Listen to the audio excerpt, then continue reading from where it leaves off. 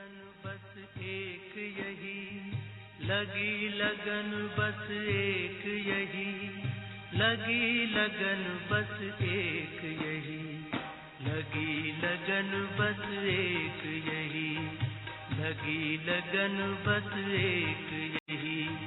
हमें तपस्या करना है बन के तपस्वी मूरत साथी, अब अपने घर चलना है।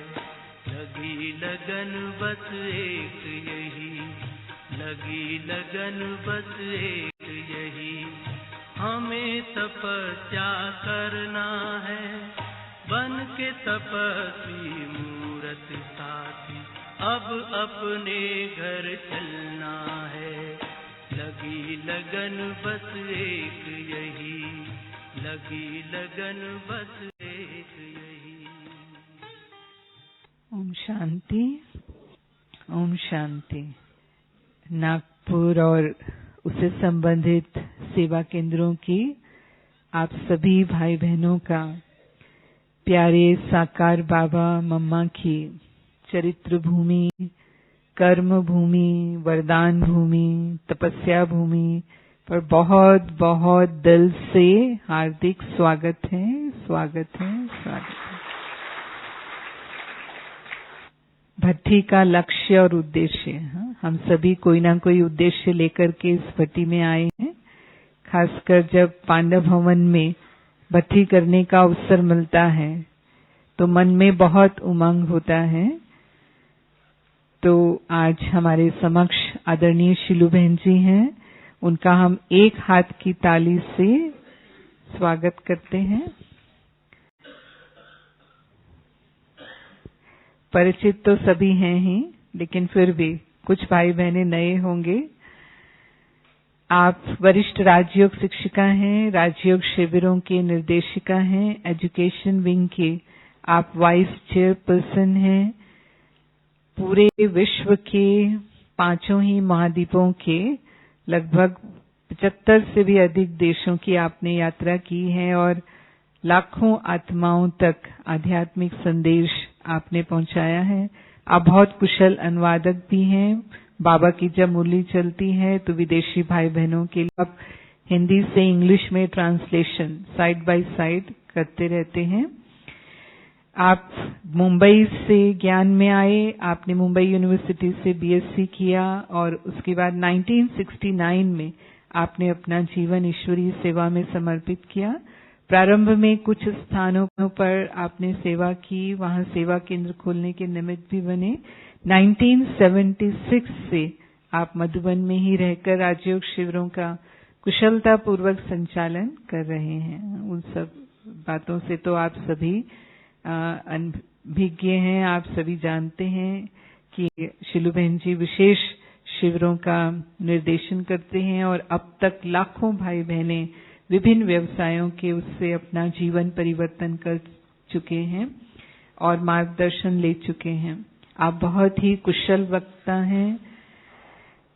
सोनी टीवी, जी टीवी, आज टीवी, संस्कार टीवी पर जब पहले ब्रह्मा कुमारी के प्रवचन प्रारंभ हुए थे तब शिलू बहन जी के ही प्रवचन नियमित रूप से इन चैनलों पर आते रहे और वर्तमान में पीस ऑफ माइंड चैनल पर भी आप आदरणीय शिलू बहन जी को देखते हैं।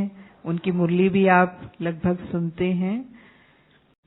आपके लिए मैं कहूंगी, वाणी में जिनके है सरस्वती का वास, बुद्धि में जिनके है गणपति का वास, हृदय में जिनके है परमात्मा का वास, ऐसे प्रभु रतन आप हैं खास। तो हम आप सभी भाई बहनें संस्कार परिवर्तन मौन तपस्या भट्टी में आए हैं। तो जितना आप अंतर्मुखी रहेंगे, मौन में रहेंगे, उतना ही आप अच्छे से अच्छे अनुभव कर पाएंगे। तो विशेष ध्यान रखें कि भट्टी में ये 4 दिन बहुत ही आवश्यक है, तभी आप बातचीत करें और वो भी इशारे से। तो अभी हम सुनेंगे आदरणीय शिलू बहन जी से भट्टी का लक्ष्य और उद्देश्य। आप भी अपना परिचय दीजिए। आप डॉक्टर सविता बहन हैं। खास आपके लिए शांतिवन से यहाँ आए और फिर इसके बाद इनको वापस जाना है शांतिवन, क्योंकि कल आप ऑस्ट्रेलिया जा रहे हैं, तो इसीलिए उसकी भी मुबारक देते हैं आपको। आप दादी जी के साथ रहते थे, उनके फिजिशियन थे और डॉक्टर होने के नाते ग्लोबल हॉस्पिटल में भी आपने बहुत सेवाएं दी, लेकिन अभी बाबा की सेवा में ही फुल टाइम है। तो ओम शांति।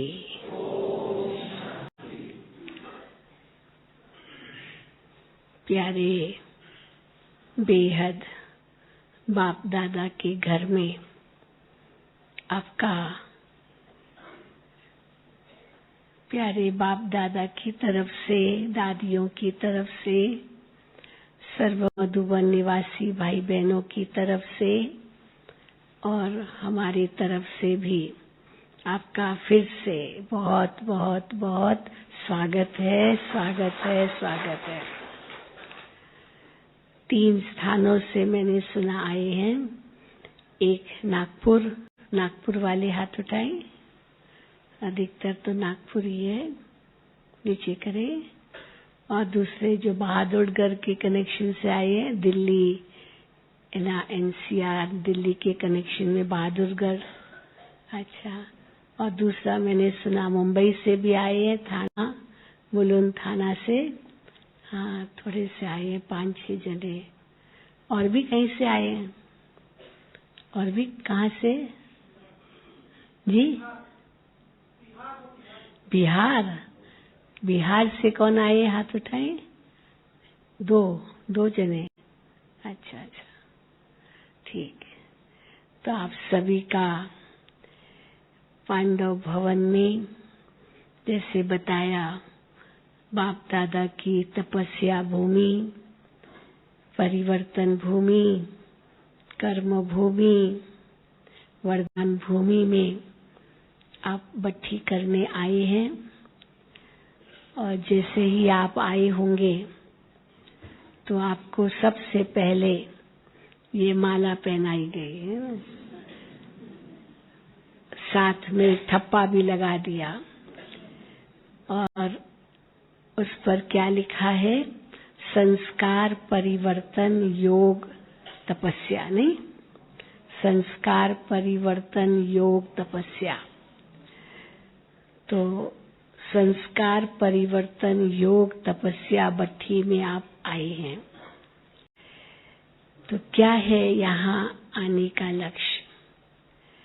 वैसे तो आप मधुबन में आते ही रहते होंगे, खास करके शांतिवन में बाप दादा से मिलन के लिए आते रहे, तो पांडव भवन में भी 4 धाम की यात्रा करने आते होंगे। लेकिन आप में से कई ऐसे भाई बहने होंगे जो मधुबन में पहली बार 4 दिन रहेंगे, वो हाथ उठाएं। अच्छा। और जो भाई बहने पहले भी आते रहे हैं और मधुबन में रहे हैं, 2-4 दिन, थोड़े दिन, वो हाथ उठाएं। अच्छा, आधा है, ज्यादा है, पुरानी है। जो 10 साल के अंदर में, यानी 10 साल से अंदर में ज्ञान में चलते, वो हाथ उठाएं। 10 साल से कम, अच्छा। और जो 10 साल से अधिक, अच्छा, वेरी गुड, सब पुराने रत्न हैं। जो 20 साल से ऊपर, अच्छा, वो भी है, वेरी गुड। तो फिर से आपका हार्दिक स्वागत करते हुए आपको इस बट्ठी का लक्ष्य क्या है, उद्देश्य क्या है, वो बताएंगे। क्योंकि बाबा ने तो हमें बहुत ऊंचा उद्देश्य तो दे ही दिया है। इस संगम युगी ब्राह्मण जीवन का उद्देश्य क्या है, क्या बनना है? सबसे पहले तो सबसे बड़ा उद्देश्य है, हमें बाप समान बनना है। फिर फिर दूसरा उद्देश्य है फरिश्ता बनना है। तीसरा उद्देश्य है देवता बनना है। तो बाप समान माना संपन्न और संपूर्ण, और फरिश्ता माना डबल लाइट, कोई भी बोझ न हो, और देवता माना सर्वदैवी गुणों से संपन्न। तो संपन्न और संपूर्ण भी बनना है। उसके लिए ब्रह्मा बाबा के कदमों पर कदम रखने हैं। जैसे ब्रह्मा बाबा ने जो कदम उठाए संपूर्ण बनने के लिए, वो हमें भी उन कदमों पर चलना है। और इन सब के लिए है योग तपस्या, क्योंकि संस्कार परिवर्तन करने होंगे, तब तो संपूर्ण बनेंगे, तब तो बाप समान बनेंगे, तब तो फरिश्ता बनेंगे, देवता बनेंगे। तो आप यहाँ आए हो क्या लक्ष्य लेकर? उद्देश्य तो बहुत ऊंचा है, वो तो पता है, लेकिन यहाँ जो 3 दिन आप रहेंगे, 4 दिन, उसमें क्या लक्ष्य रखेंगे? उसके लिए आपको यह बैज दिया गया, संस्कार परिवर्तन योग तपस्या करनी है। कई ऐसे पुराने संस्कार, द्वापर कलयुग के संस्कार, जो अभी तक मिटे नहीं हैं। बाबा कई बार मुरली में कहते हैं, बच्चे कहते क्या करें, ये मेरे संस्कार हैं। फिर कहेंगे क्या करें, ये पुराने संस्कार हैं। लेकिन बाबा कहते हैं मेरे संस्कार वास्तव में कौन से हैं और अति पुराने संस्कार कौन से हैं, वो याद करो। द्वापर कलयुग के संस्कार अति पुराने संस्कार नहीं हैं। द्वापर कलयुग के संस्कार मेरे संस्कार नहीं हैं, ये तो माया के संस्कार हैं। क्योंकि माया के वश हम हो गए तो उन संस्कारों के भी वश हो गए। क्योंकि देह अभिमान में आए, तो देह अभिमान में आकर के जो भी कर्म किया, वो संस्कार बनते बनते अब वो पुराने लगने लगे हैं। तो जैसे घर कर गए हैं, हमारी आदतों में ऐसे पड़ गए हैं, जो कईयों को जब कहते ना कि ये ठीक नहीं है, कहते क्या करे, ये मेरा संस्कार है।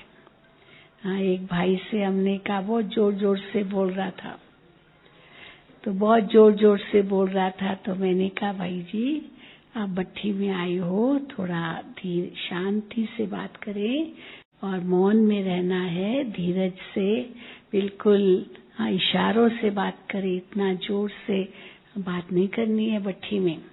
बहुत धीरे से मैंने उसको कहा, लेकिन मैंने धीरे से कहा और उसने जोर से कहा। कहता बहन जी क्या करूं, मेरे माँ बाप ने मुझे ऐसा ही आवाज दी है। हाँ, जोर से कहने लगा। तो दोष किसको रखा, किस पर रखा? हाँ, माँ बाप पर। माँ बाप ने ऐसा आवाज दिया। लेकिन माँ बाप ने, चलो कंठ उस प्रकार का होगा माँ बाप के अनुसार, लेकिन है तो अभी हमारे पास ना, हमारे हाथ में है, हम जोर से बोले या धीरे से बोले। चलो बाहर जाते होंगे तो जोर से बोलते होंगे, लेकिन यहाँ तो धीरे से बोले ना। यहाँ तो धीरे से भट्ठी में आए हो तो क्या है, भूल जाते हैं। वो संस्कार अनजाने में भी निकल आते हैं।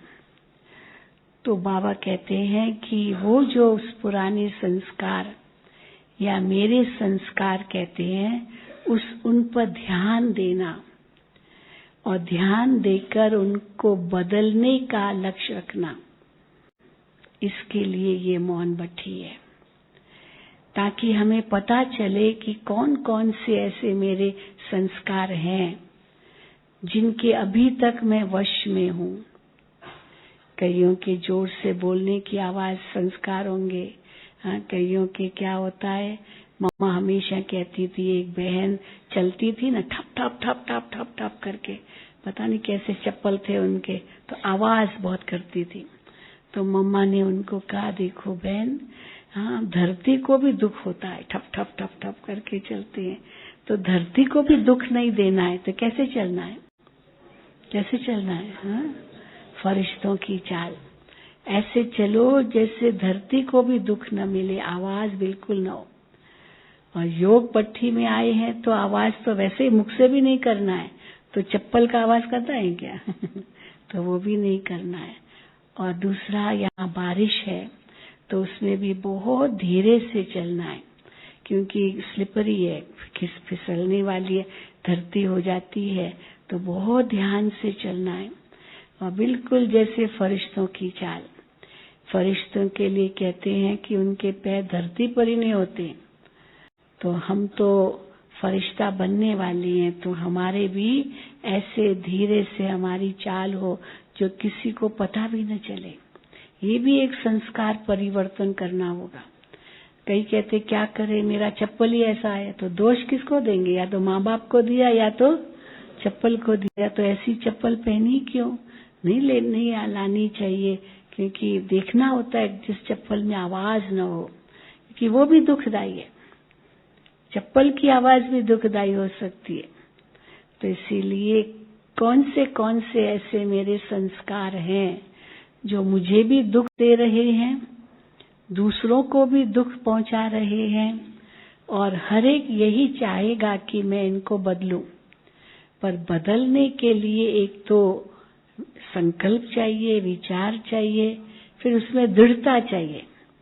कई ये भी कहते हैं कि बहन जी बदलना तो चाहता हूँ, बदलना तो चाहती हूँ, लेकिन क्या करे, हो नहीं पाता है। तो मोटे मोटे संस्कार तो हम सब ने बहुत मिटा दिए ना।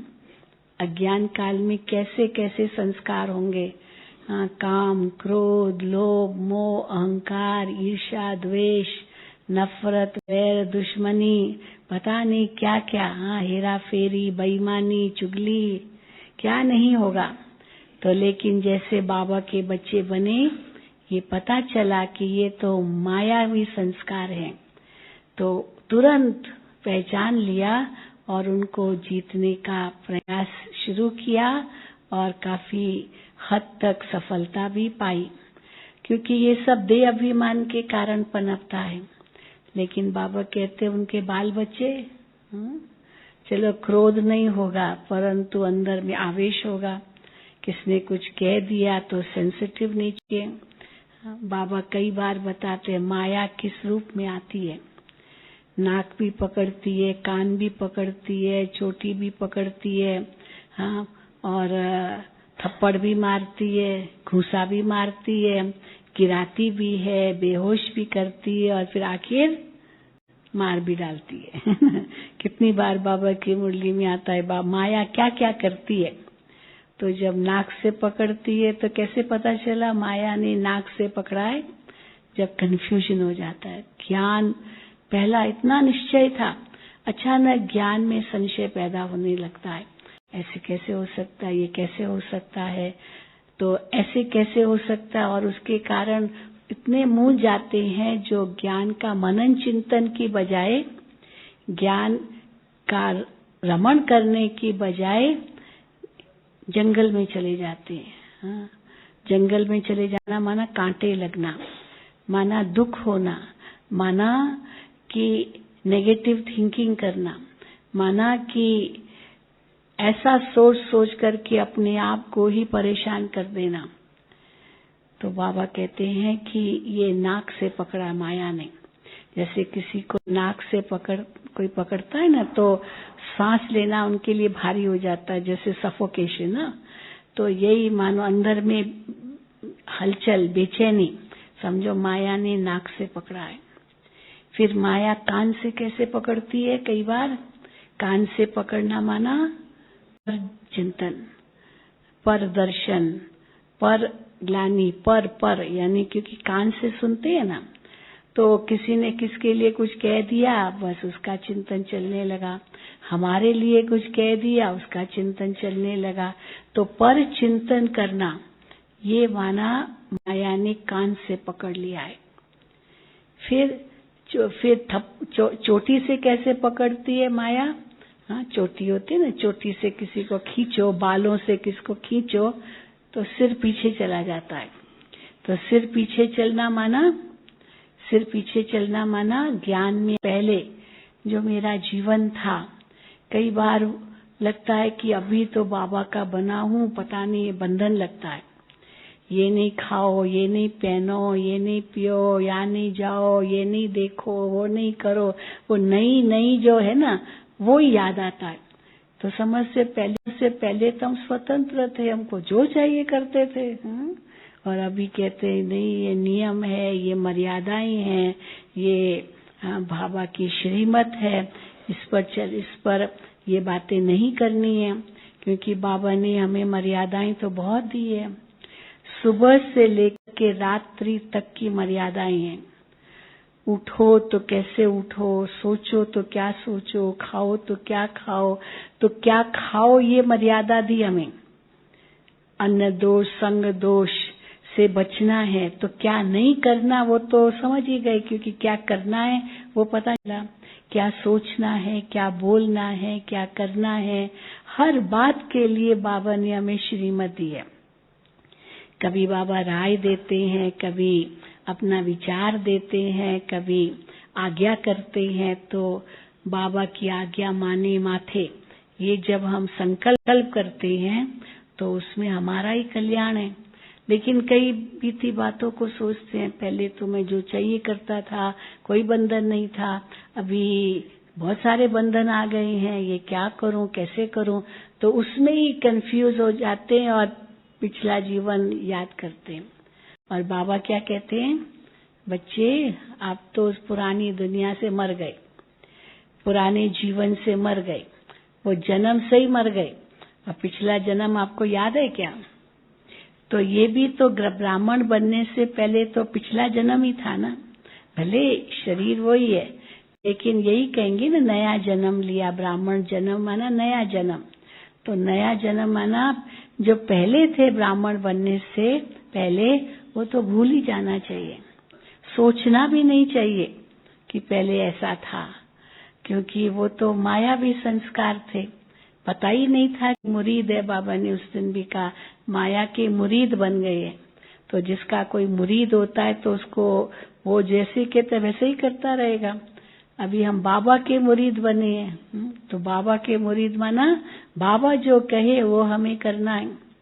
तो इसलिए पीछे मुड़ के भी नहीं देखना कि पहला जीवन मेरा कैसा था। कई फिर थोड़ा सा परिवर्तन होता है तो बड़ा नशा चढ़ जाता है। हाँ, बाबा कई बार बताते अपना अनुभव दूसरों को बताओ। अनुभव, ये पिछले संडे की भी मुरली थी, अनुभव से किसी को हम प्रेरणा दे सकते हैं कि कैसे मेरे जीवन में परिवर्तन आया, वो और बात है। लेकिन वो बातें सोच करके, वो याद करके फिर उसमें ही लग जाना, ये तो बाबा कहते वो तो जीवन खत्म हो गया, मर गए हम उस जीवन से। तो बाबा हमें सब कुछ नया दे रहे हैं। कल भी बाबा की मुरली थी, क्या परसों, नया दिन लागे, नई रात लागे, नया नया लागे सरगम। जीवन सारा सब नया है, नई दुनिया के लिए है, नए युग के लिए हम सब पुरुषार्थ कर रहे हैं। इस कलयुग को तो विदाई देना है। तो इसीलिए भले मोटे मोटे संस्कार नहीं भी होंगे माया के, लेकिन उनके बाल बच्चे अंश जो संस्कार रूप में अभी तक हैं वो जागृत हो सकते हैं। तो ये 3-4 दिन उस पर भी आप सोचें कि ये संस्कार भी मुझे एकदम से खत्म करने हैं। ये भी संस्कार मेरे अंदर नहीं आए, और वो पुराना जीवन, पुरानी दुनिया तो खत्म, पर जो बाकी भी है वो भी नहीं आए, और मैं आत्मा यहाँ से एकदम स्वच्छ, साफ, शुद्ध होकर के जाऊं। फिर माया किस रूप में आती है? फिर माया थप्पड़ मारती है। तो थप्पड़ मारती है माना जैसे किसी को थप्पड़ मारते हैं तो साइड में मुंह हो जाता है ना। तो वो क्या कर रहा है, वो क्या कर रहा है, वो क्या कर रहा है, दूसरों को ही देखना। एक है उनका चिंतन करना, पर चिंतन से पहले देखना होता है। तो अगर चिंतन ही नहीं करना है तो देखना भी क्यों? और कई बार तो उसमें हम उसका कैसे नेगेटिव लेते हैं, वो तो अमृत वेले उठता नहीं है, मैं क्यों उठूं? हाँ, वो तो ये करता, मैं भी ये करूं। तो क्या है कि दूसरों को देखना। बाबा कहते अगर देखना है, किसी से कोई चटाबेटी कंपटीशन भी करनी है तो अपने पास्ट से करो। कल से आज मैं ज्यादा बेहतर बना हूं। अगर कल जो मेरी स्थिति थी, आज मेरी स्थिति उनसे अच्छी होनी चाहिए। उससे भेंट करो, न कि दूसरों से भेंट करो। दूसरों से भेंट करने से हमारी स्थिति कोई ऊंची नहीं बनेगी। अगर भेंट करनी है तो बाबा से भेंट करो, बाबा से भेंट करो। बाबा जैसा मुझे बनना है, आत्माओं जैसा थोड़ी बनना है, बाप समान बनना है। हाँ, दूसरों को आप समान बनाना है, लेकिन बाबा कहते कई बार आप समान नहीं, बाप समान कहो। बाबा जैसा बनना है, मुझे भी बनना है। तो इसीलिए किसी दूसरे को नहीं देखो, बस अपने अंदर में रमण करो, अपने आप को देखो। और फिर माया घुसा मारती है, जैसे किसी को लगता है ना तो दर्द होता है। तो किसी ने कुछ कह दिया, इतने सेंसिटिव नेचर के हो जाते, किसने कुछ कह दिया, अंदर में जैसे दर्द होने लगा, दुख होने लगा, बहुत सेंसिटिव। तो बाबा कहते हैं फीलिंग की फ्लू किसको होता है ना, बुखार होता है, तो वो फिर फैलता है, दूसरा उसके साथ होगा, उसको भी फ्लू हो जाएगा। तो बाबा कहते हैं ये भी माया का फ्लू है। तो किसी ने कुछ कहा, बस थोड़ा अंदर में दुख हुआ। तो कोई भी बात में दुख नहीं करना है। बाबा तो कहते हैं सुख दो सुख लो, परंतु दुख चलो देते नहीं है, पर लेते हैं वो भी नहीं लेना है। चलो उसने कहा तो क्या हुआ, लगा थोड़ी, ये तो मेरी अपनी जो बात है जो है, उसके कहने से थोड़ी कोई बात हो जाएगी। तो इसीलिए किसी का दुख लेना भी नहीं है। तो अगर कोई जरा भी सेंसिटिव नेचर न हो, और रोने की तो बिल्कुल आदत ही न हो। बाबा कहते जिन रोया तिन खोया। हाँ माताएं, जिन्होंने इस महीने में थोड़ा थोड़ा रोया है, हाथ उठाओ। कोई नहीं रोया हो? देखो दो चार सच बताते हैं। उस दिन बाबा ने पूछा था तो विदेशियों ने सच बताया, अच्छी बात है। हाँ, 4-5 ने हाथ उठाया। तो रोना माना खोना। हाँ, जिन रोया तिन खोया, जिन सोया तिन खोया तो है ही है, पर जिन रोया खोया। ये आंसू भी ये मोती बन जाए, भले प्रेम के आंसू पर दुख के आंसू तो ना हो ना। हर एक का अपना अपना हिसाब किताब है, कर्मों का खाता है, सब यहाँ चुकतू करना है। आज भी बाबा ने मुरली में कहा कि इतनी तुम्हें कमाई करनी है जो 21 जन्मों के लिए भविष्य की कमाई जमा करनी है, और दूसरा 63 जन्मों का जो कर्जा है, जो पाप का खाता है, उसको चुकतू करना है। मानो इतना कमाना है जो 63 जन्मों का जो कर्जा है ना, उसको भी खत्म करना है, और 21 जन्मों के लिए कमाई करनी। टोटल 84 जन्मों का हिसाब है। तो कितना कमाना होगा? हाँ, कितना कमाना होगा? तो उसके लिए एक घड़ी भी गफलत नहीं हो, एक घड़ी भी नहीं। हाँ, एक घड़ी आधी की भी पुनः आध कहते हैं।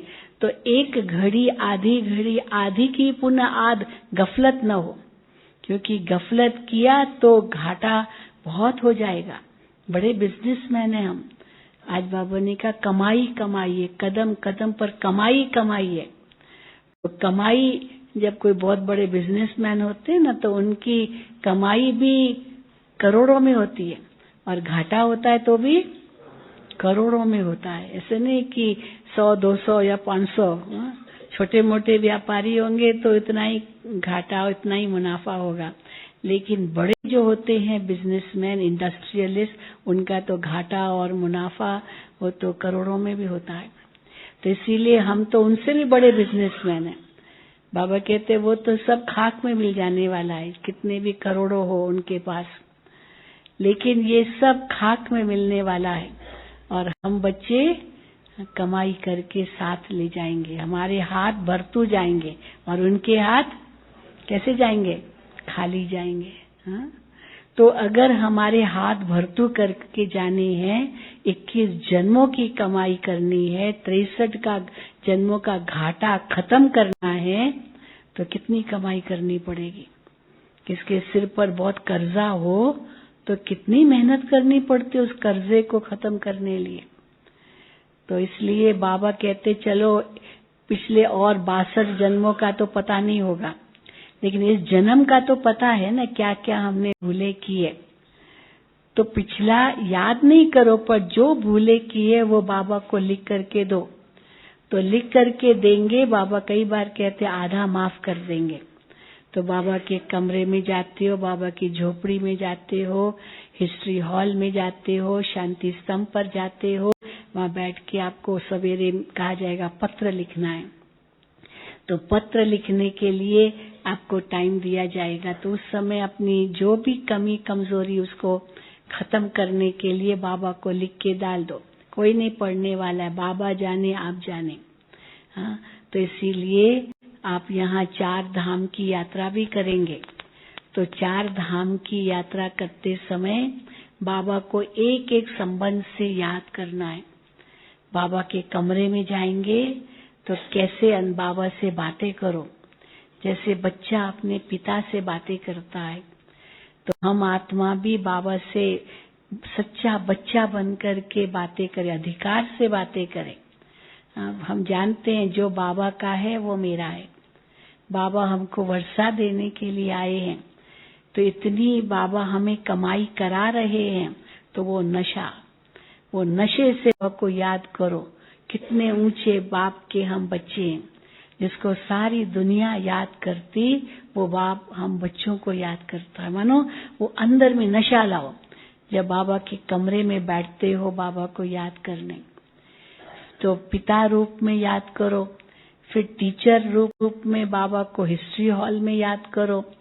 और टीचर रूप में याद करना माना उसी संदली से, हिस्ट्री हॉल की जो संदली है उसी पर बैठ करके बाप दादा ने मुरली चलाई है। जो मुरलियां हम सुनते हैं पढ़ते हैं वो उसी संदली पर बैठ करके बाबा ने चलाई है मुरली। तो मानो हिस्ट्री हॉल में बैठ करके वो दृश्य निकालो, कैसे बाबा यहाँ बैठ करके मुरली चलाते थे। और उस समय बाबा की जो गजगोर होती थी ना, वो बाबा की देखने जैसी होती थी। तो बाबा को कहते थे, क्योंकि कोई 15-20 भी बैठे होते होंगे, इतने तो होते भी नहीं थे, जो हिस्ट्री हॉल भी पूरा भरे, तो थोड़े से ही होते थे। लेकिन बाबा की जो मुरली चलती थी वो तो बहुत पावरफुल चलती थी। तो कई बाबा को कहते थे, बाबा इसमें बैठे तो 25-30 भी होंगे, लेकिन आप तो ऐसे सुनाए जैसे पता नहीं कितने हजारों बैठे हैं। तो बाबा कहते थे, बच्चे मैं केवल इनको थोड़ी सुना रहा था, जो भविष्य में बच्चे आने वाले हैं बाबा तो उनको भी देख रहे हैं। तो देखो हम तो आपको ही देख रहे हैं ना, लेकिन बाबा की दूरानदेशी जो बुद्धि थी वो भविष्य में आने वाले बच्चों को भी देख करके बाबा मुरली चलाते। अभी तो हम लोगों की भी ऐसा ही बुद्धि हो गई है। हाँ? क्योंकि जो भी हम बोलते हैं ना रिकॉर्ड हो जाता है, और रिकॉर्ड होता है पता नहीं कहाँ कहाँ पहुंच जाता है। हाँ? तो बहुत ध्यान से बोलना होता है, बहुत ध्यान से करना होता है, क्योंकि कहाँ भी पहुंच जाएगा। तो हमको किसी ने कहा कि आपके आगे माइक्रोफोन रखा, माना ये कभी नहीं सोचो कि केवल इन लोगों को ही तक ही पहुंच रहा है। हाँ? दियार वो लोहार में तो पता नहीं कहाँ कहाँ पहुंच जाता है, टीवी पर भी आ जाता है। तो हम तो अभी यही सोचते हैं कि जब भी हम बोलते हैं ना, हम खाली इनको नहीं बोलते हैं, लेकिन सारे विश्व की आत्माएं। दादी जानकी भी ऐसे ही अनुभव करती, वो कई बार सुनाती है। तो देखो जी, हाँ, इसीलिए हम अभी यही अनुभव करते हैं। तो बाबा तो साकार में, जब जिस समय कोई इस प्रकार का कोई साधन भी नहीं थे, न इंटरनेट था, न कोई ईमेल थे, न व्हाट्सएप थे, न ये माइक्रोफोन थे। बाबा तो माइक पर भी नहीं बोलते थे, बाबा को तो माइक पसंद ही नहीं था। बाबा कहते थे माइक पर पढ़ाई होती है क्या? माइक पर कैसे पढ़ाई होगी? तो पढ़ाई के लिए तो क्लासरूम में माइक पर बोलेंगे क्या? अब दूसरा सुनाना चाहे तो कैसे सुनाएगा? और इतने होते भी नहीं है भाई, अभी तो हजारों में लाखों में है, तो माइक तो रखना पड़ता है। लेकिन माइक रखना माना, माइक पर सुनाना माना, ये यहाँ तक सीमित नहीं है, कहाँ कहाँ चला जाएगा। तो इस हिसाब से वो सारी दुनिया को देख करके भी बोलना है, क्योंकि सब सुन रहे हैं, देख रहे हैं और वो भी अनुभव कर रहे हैं। तो देखो अभी हम लोग ये सोचने लगे, पहले कहाँ सोचते थे, लेकिन बाबा ने तो देखो उस समय बाबा की ये सोच थी। तो इसलिए हिस्ट्री हॉल में जब आप बैठे तो यही अनुभव करें, बाबा ने यहाँ बैठ करके ये मुरली चलाई थी जो सारे विश्व में जाती है। बाबा मुरली में आप पढ़ते होंगे बच्चे, ये मुरली विलायत जाएगी। तो देखो बाबा विदेश के बच्चों को भी कितना याद करते थे, और यही बाबा भी कहते थे साकार में, बच्चे ये जब विदेश के बच्चे समझेंगे ना, और वो भारत में आकर के भारत के कुंभकर्णों को जगाएंगे, तो भी वो भी देख रहे हैं। भारत वालों को सुनना नहीं पसंद करेंगे, पर विदेश वाले सुनाएंगे ना तो कहेंगे अच्छा आपने इतना अच्छा ज्ञान लिया, अब इतनी आपका जीवन में परिवर्तन आया है, तो विदेश वालों से प्रभावित होंगे। और हम विदेश में जाते हैं ना, वहां पर विदेशी को समझाए, विदेशी भारतीय को समझाएगा ना, वो भारतीय प्रभावित नहीं होते। वो कहते ये विदेशी हमको क्या ज्ञान देंगे, हम ज्यादा जानते हैं। इसलिए विदेशियों से वो ज्ञान नहीं सुनना चाहते। भारतीय कोई जाएगा भारत से तो जरूर उनका सुनेंगे, पर विदेशी भारतीय को वहां सुनाए, वो उनको इतना लगेगा कि हम ज्यादा जानते हैं। तो ये है। लेकिन वो विदेशी जब भारत में आते हैं और यहाँ उनको देखते हैं कि उनके जीवन में कितना परिवर्तन आया, तो अवश्य उनसे प्रेरणा लेते हैं। तो यानी कहने का भाव है कि ये भगवान ने ये ज्ञान हम आत्माओं को दिया है, सबके लिए, सारी दुनिया के लिए, पर वो हिस्ट्री हॉल में बैठ करके ये दिया है। मुरली सबके लिए है। कई भाई बहने कहते हैं वो हिस्ट्री हॉल में जो संदली है ना, उसको चेंज करो, यहाँ चेंज किया, यहाँ भी पहले संदली थी, यहाँ वो बड़ा तखत था, व्यक्त बाप दादा यहीं आते थे। ओम शांति भवन में भी वही था, शांतिवन में भी वही था, सब हटा दिए क्योंकि लोगों को आजकल पीठ दर्द ज्यादा होने लगा है, तो इसीलिए बैक के लिए सहारा चाहिए, तो सब कुछ बदल दिया। पर हिस्ट्री हॉल की जो संधि है वो नहीं बदली। जी बाबा बैठते थे जो पांडव भवन माना हिस्ट्री हॉल का जो ये अगर देखेंगे इस तरफ ये वाला दरवाजा, और मम्मा उस तरफ में, मम्मा उस तरफ से बैठती थी, और बीच में भी एक संदली हुआ करती थी जहाँ एक बहन को योग कराती थी। तो पहले मम्मा आती थी, मम्मा मुरली चलाती थी, फिर बाबा आते थे। और विशेषता ये थी जब बाबा आते थे ना, मम्मा 1 सेकंड में मुरली बंद कर देती थी, बिल्कुल एक शब्द आगे नहीं बोलती थी। बाबा कहते बच्ची, हाँ मम्मा, मम्मा के बच्ची नहीं मम्मा, बाकी सब तो बच्ची, पर मम्मा को मम्मा कहते थे, मम्मा पूरा करो। तो मम्मा चुप, एक शब्द नहीं बोलती थी। तो कई बार अभी कैसे बाबा सुने मम्मा क्या बोल रही है, तो बाबा क्या करते थे, वो बाहर खड़े होकर ऐसे कान लगा के सुनते थे। हाँ मम्मा क्या सुना रही, मम्मा देखे नहीं। तो इस प्रकार ये तो हंसी की बात, लेकिन कहने का भाव है। और फिर मम्मा उठना चाहती थी कि वो भी आगे जाकर के बैठे, लेकिन बाबा मम्मा को उठने नहीं देते थे। बच्ची यहीं, मम्मा यहीं बैठो। तो मम्मा क्या करती थी, ऐसे करके देखती थी बाबा को पूरा टाइम, ऐसे करके बाबा को देखती थी, क्योंकि बाबा उठने नहीं देते थे। तो वो दोनों संदलियां थी। तो कईयों ने कहा ये संदली बदली करके ऐसा रखो ताकि पीठ मिले, लेकिन दादी जी ने कहा नहीं, ऐसे ही रहेगा। अभी शांति स्तंभ के जो मार्बल वो भी काफी खराब हो गए हैं, इतना पुराना, लगभग 49 इयर्स हो गए, तो इनको चेंज करो। दादी ने का नहीं, वो ही है, जो पुराना है वो हेरिटेज है ना, उसको तो हम बदल नहीं सकते हैं, ऐसा ही रहेगा। तो देखो हिस्ट्री हॉल ऐसा स्थान है जहाँ से विश्व को बाबा का संदेश मिला है। तो वहाँ बैठ करके ज्ञान का मनन चिंतन करो। आप भी ऐसे अनुभव करो कि सारे विश्व को मैं प्रकाश दे रहा हूँ हिस्ट्री हॉल से। और फिर आप जाएंगे शांति स्तंभ पर। तो शांति स्तंभ पर क्या अनुभव करें? जैसे बाबा सतगुरु के रूप में मेरे सामने हैं और सतगुरु से हमें वरदान प्राप्त हो रहे हैं। ब्रह्मा बाबा ने कैसे अपनी हड्डियां गलाई, ये भी कहेंगे सेवा में, अंत तक बाबा ने सेवा की। तो सतगुरु का वरदान पाने के लिए मुझे क्या क्या करना होगा? सेवा करनी होगी, गलानी होगी। तो हिस्ट्री हॉल में ज्ञान का मनन चिंतन और शांति स्तंभ पर वो शांति के वाइब्रेशंस चारों ओर फैलाने हैं। जो बाबा के अव्यक्त होने से 6 महीने पहले बाबा की सारी जो मुरली चलती थी ना, बाबा इसी प्रकार चली।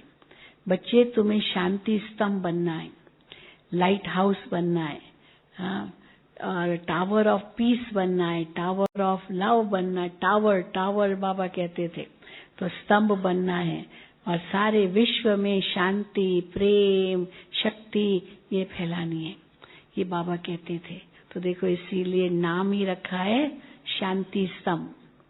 नीचे शांतिवन में दादी जी के नाम से प्रकाश स्तंभ, लेकिन ब्रह्मा बाबा की स्मृति में शांति स्तंभ, ज्ञान स्तंभ, पवित्रता स्तंभ, शक्ति स्तंभ, क्योंकि ये साकार मुरलियों में से ये शब्द लिए गए चारों तरफ जो लिखा गया है।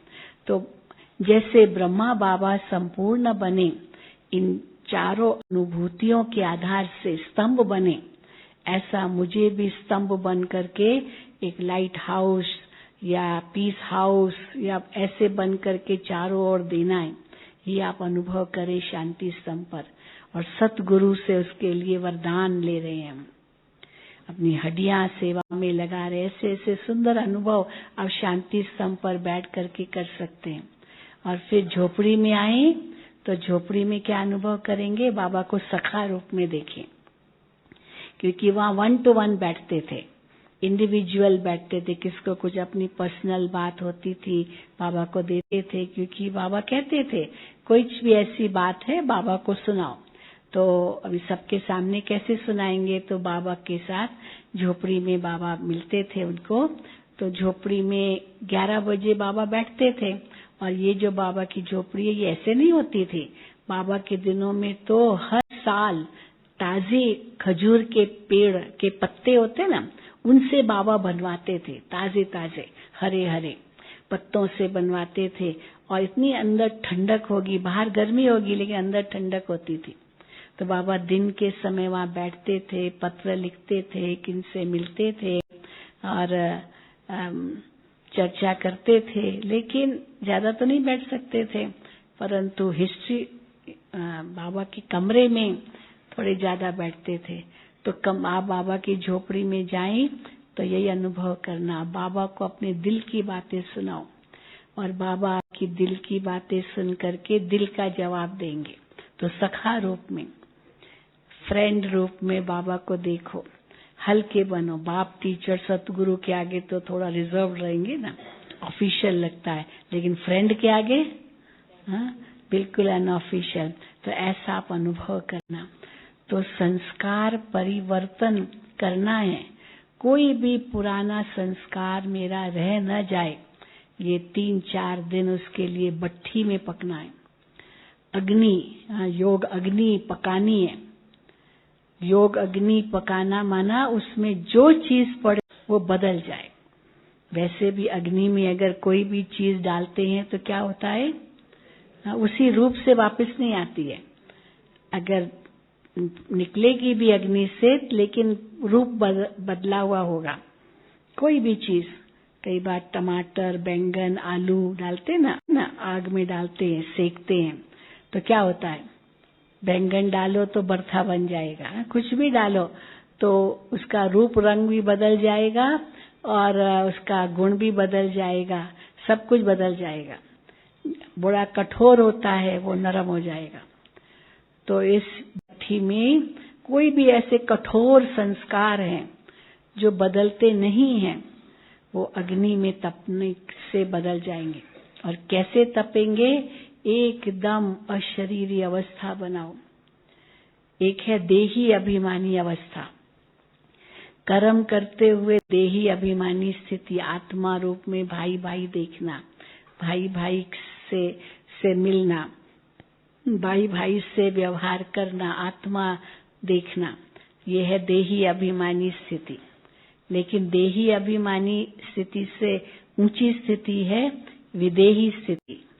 विदेही स्थिति माना सब कुछ होते हुए भी मन उनमें फंसा हुआ नहीं है, इसको कहेंगे विदेही स्थिति। जैसे राजा जनक की मिसाल देते ना, राजा जनक महल में रहता था लेकिन उसको महल का मोह नहीं था।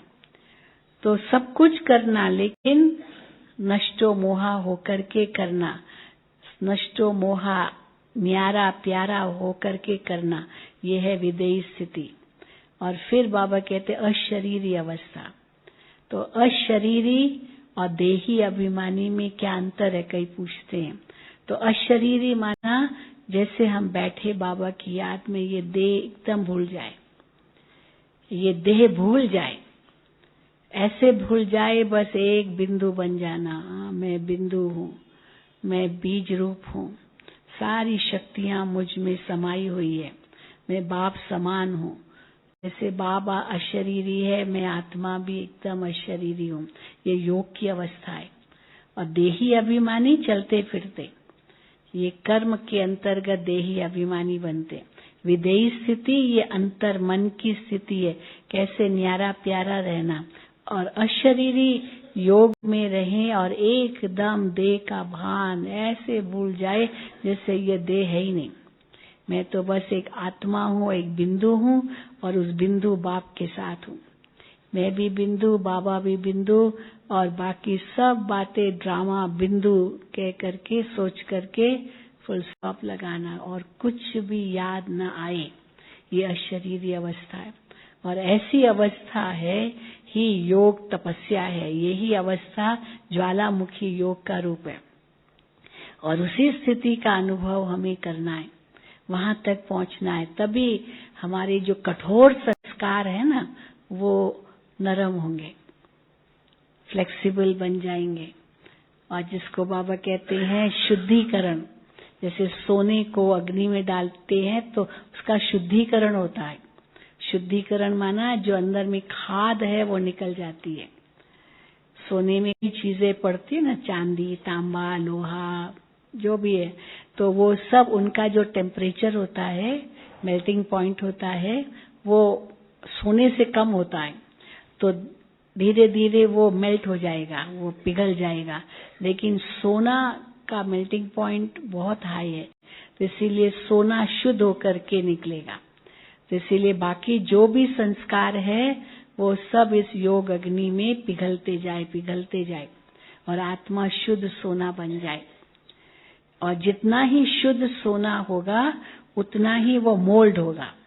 जो सोना वो मुड़ सकता है, जो जिसमें बहुत ये एलॉय होगा, खाद होगी, वो मुड़ नहीं सकता है। इसीलिए बाबा देखो पुरानों को दूसरा वरदान देते हैं और नयों को दूसरा वरदान देते हैं। नयों को वरदान क्या मिलता है? हाँ, कई नए कहते हैं ना, हम इतना लेट आए, अगर पहले आते तो बहुत कुछ आगे बढ़ते। तो बाबा कहते कोई बात नहीं, लेट आए पर हाँ टू लेट नहीं आए, तो लेट आए लेकिन बाबा क्या वरदान देते हैं उनको? Last so fast so first. आप फर्स्ट जा सकते हो, फास्ट जा सकते हो। ये म्यूजिकल चेयर्स का खेल चल रहा है ना, ये गेम चल रहा है। लंबी मैराथन होती है ना, तो पहले लगता है ये आगे गया, लेकिन वो पीछे रह जाएगा और पीछे वाले आगे चले जाते हैं। इसीलिए म्यूजिकल चेयर्स में भी सब कुर्सियां घूम रहे हैं कुर्सियों के इर्द गिर्द। अभी तक म्यूजिक बंद नहीं हुआ, और जैसे म्यूजिक बंद होगा जो कुर्सी उनके नजदीक होगी वही मिलेगी। तो इसलिए अभी कोई भी सीट ऑक्यूपाइड नहीं है, कोई भी नहीं बैठा है सिवाय बाबा मम्मा के। बाकी किसी का भी पद घोषित नहीं हुआ है सारे पद खाली पड़े हैं। जो जितना भले लेट आए तो भी वो पद पा सकते हैं। इसलिए बाबा कहते last so fast so first. पर जो पुराने हैं तो वो तो घिसे पिसे है ना, घिसे पिसे। बहुत कुछ उन्होंने सहन किया है, बहुत समाया है, बहुत बातें उनके जीवन में आई होगी, इतना उन्होंने उसको चलाया है, फिर भी माया पर विजयी बने हैं। कितनी समस्याएं आने के बावजूद भी माया से हार नहीं खाई है, वो सच्चा सोना बन जाते हैं। तो उन सच्चे सोने को बाबा क्या वरदान देते हैं? Old is gold because it can mould. सच्चा सोना है, पुरानी सच्चा सोना बन गए, इतने मजबूत है। जैसे कोई नरम चीज पड़ती है ना आग में तो क्या होती है? मजबूत बन जाती है। ईंट पड़ने से क्या होता है? हाँ, जितनी वो ईंट अग्नि में पड़े, भट्ठे में पड़े, उतना क्या होता है? मजबूत हो जाती है। गिराने पर भी वो टूटती नहीं है, इतनी मजबूत भी हो सकती है। तो कोई कितना भी हिलाए लेकिन हम हिलने वाले नहीं है, इतना मजबूत बनते हैं। तो इसीलिए ओल्ड गोल्ड बनते हैं। फिर और क्या है? आग में डालते हैं कोयला, काला काला कोयला पड़ने से राख बन जाता है। पहले जलता आग बनता है एकदम लाल लाल, फिर वो राख बन जाता है, रंग रूप सब बदल जाता है। तो आत्मा के अंदर कितने विकार हैं, क्या नहीं भरे पड़े हैं, कितने ऐसे पुराने संस्कार है, वो सब खत्म हो जाए और मैं आत्मा इतनी शुद्ध होकर के निकलूं, एकदम बदल जाऊं। ये आप 3 दिन में लक्ष्य रखना। और फिर और आगे किचरा पूरा भस्म हो जाए, उड़ जाए, वेपर हो जाए, धुआं हो जाए, तो क्या करो उसके लिए? छोड़ो तो छूटो। कहते हैं let go let God, let go, छोड़ो तो छूटो। कुछ भी बात को पकड़ के नहीं रखो। एक पक्षी होता है ना, वो उड़ना चाहता है, लेकिन अगर डाली को पकड़ के रखा है तो क्या होगा? उड़ थोड़ी सकेगा। फिर कहेगा मैं क्यों नहीं उड़ रहा हूँ, मैं क्यों नहीं उड़ रहा हूँ, दूसरे तो उड़ रहे हैं। अरे छोड़ो तो छूटो ना छोड़ो तो छूटो। तो पंछी छोड़े तो छूटेगा, उड़ेगा, पर पकड़ के रखेगा तो उड़ेगा कैसे? कई बार हम मिसाल देते हैं कि पंछी भले कमजोर डाली पर बैठता है, लेकिन उसको चिंता नहीं है कि कमजोर डाली है। वैसे कोई पकड़ेगा डाली को तो चिंता होती है ना, ये डाली कमजोर है, टूट न जाए, मैं गिर न जाऊं। पर पंछी को फिक्र नहीं है। क्यों फिक्र नहीं है? हाँ, उसको पता है ना अगर टूट की डाली मैं तो उड़ जाऊंगा, ऊपर चला जाऊंगा। मनुष्य तो नीचे गिरेगा ना, तो मनुष्य को डर लगेगा, पर पंछी को तो डर नहीं लगेगा। लेकिन अगर वो पंछी धरती पर होगा तो बाबा मिसाल देते हैं कबूतर का। कबूतर जो होता है ना, वो नीचे दाना चुगता है, तो दाना चुगता है, अभी उसका वो दाने को ही देख रहा है, चुग रहा है धरती पर। और एक समझो बिल्ली आ गई, तो बिल्ली से डर जाता है और आंखें बंद कर देता है। वो डर भूल जाता है कि मैं उड़ सकता हूँ, क्योंकि डर गया, तो खाने में ही बिजी था। तो इसीलिए माया भले कितना भी आए, लेकिन बाबा मेरे साथ है, छोड़ो तो छूटो, और उड़ो वतन में। तो आत्म पंछी बन करके उड़े, मैं तो पंछी हूँ। तो बाबा 2 मिसाल देते हैं। आज भी बाबा की सारी मुरली चली अंतर्मुखता पर। अंतर्मुखी बनो, अंतर्मुखी बनो। बाहर से कुछ भी बोलने की जरूरत नहीं है, अंतर्मुखी बनो। तो अंतर्मुखता का मिसाल हम किसका देते हैं? कछुए का। कछुआ कितना अंतर्मुखी होता है, उसको चलना है तो चलेगा, नहीं चलना है तो अंग समेट लेगा, अंग समेट करके बिल्कुल बैठ जाएगा। जितने भी जीव है ना इस संसार में, प्राणी जीव जो भी है, सबकी जो उम्र है वो चलो 100 साल मनुष्य की गाई जाती है, लेकिन सबसे जास्ती उम्र अगर किसी प्राणी की है वो कछुए की है। 500 साल तक भी जी सकता है वो। 500 साल क्यों जी सकता है? क्योंकि उसका जो मेटाबॉलिज्म है शरीर का वो बहुत स्लो है।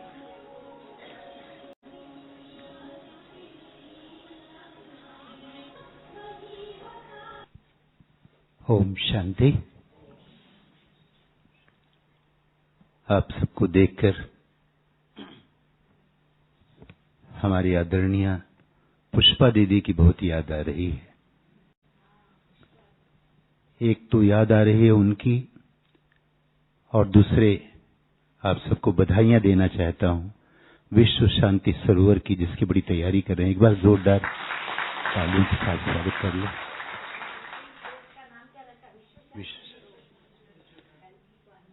इस अवसर पर हमारे साथ हल्दर भाई हैं, इन्हीं बातों को सुरों में पिरो रहे हैं। उनके लिए एक बार जोरदार ताली बजा के स्वागत करें। विश्व शांति सरोवर में सारे विश्व को नहलाना, विदर्भ के राजाओं को झकझोर के जगाना, इसके लिए ही शक्ति भरने बाबा बुलाए हैं। मधुवन भट्टी करने को लगन लगाए हैं, लगन लगाए हैं।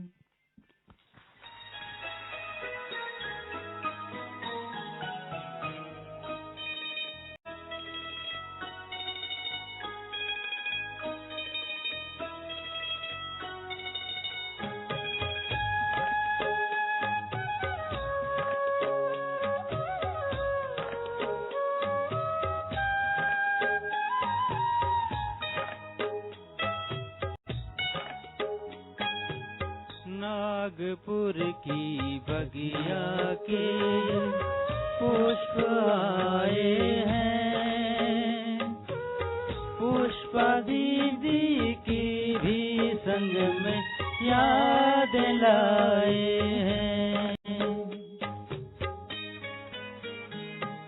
साकार के संकल्पों को करना है साकार,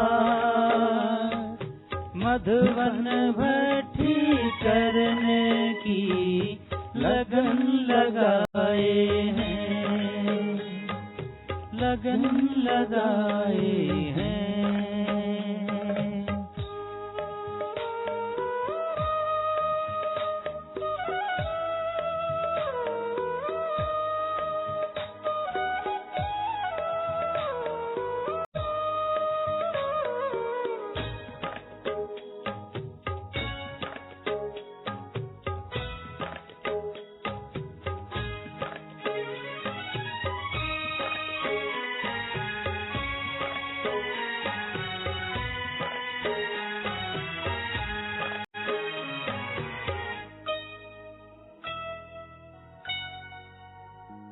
आदि रतन सब सुना रहे, जो वादा किया निभाओ।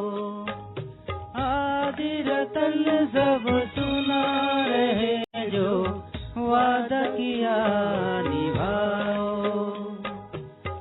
अग्रिम पार्टी बुला रही, हम आ गए तुम भी आओ। फाइलों को फाइनल कर दो, बाबा सुनाए हैं। मधुवन भट्टी करने की लगन लगाए हैं। नागपुर की बगिया के ये पुष्प आए हैं, पुष्पा दीदी की भी संग में याद लाए हैं। मधुवन भट्टी करने की लगन लगाए हैं, लगन लगाए हैं।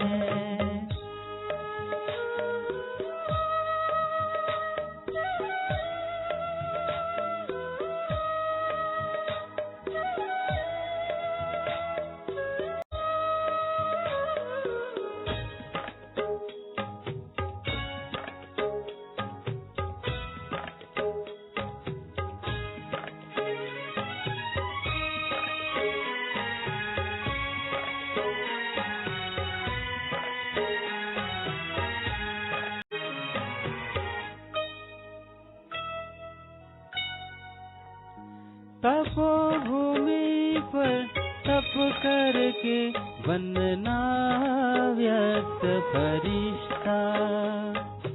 तपोभूमि पर तप करके बनना व्यक्त फरिश्ता।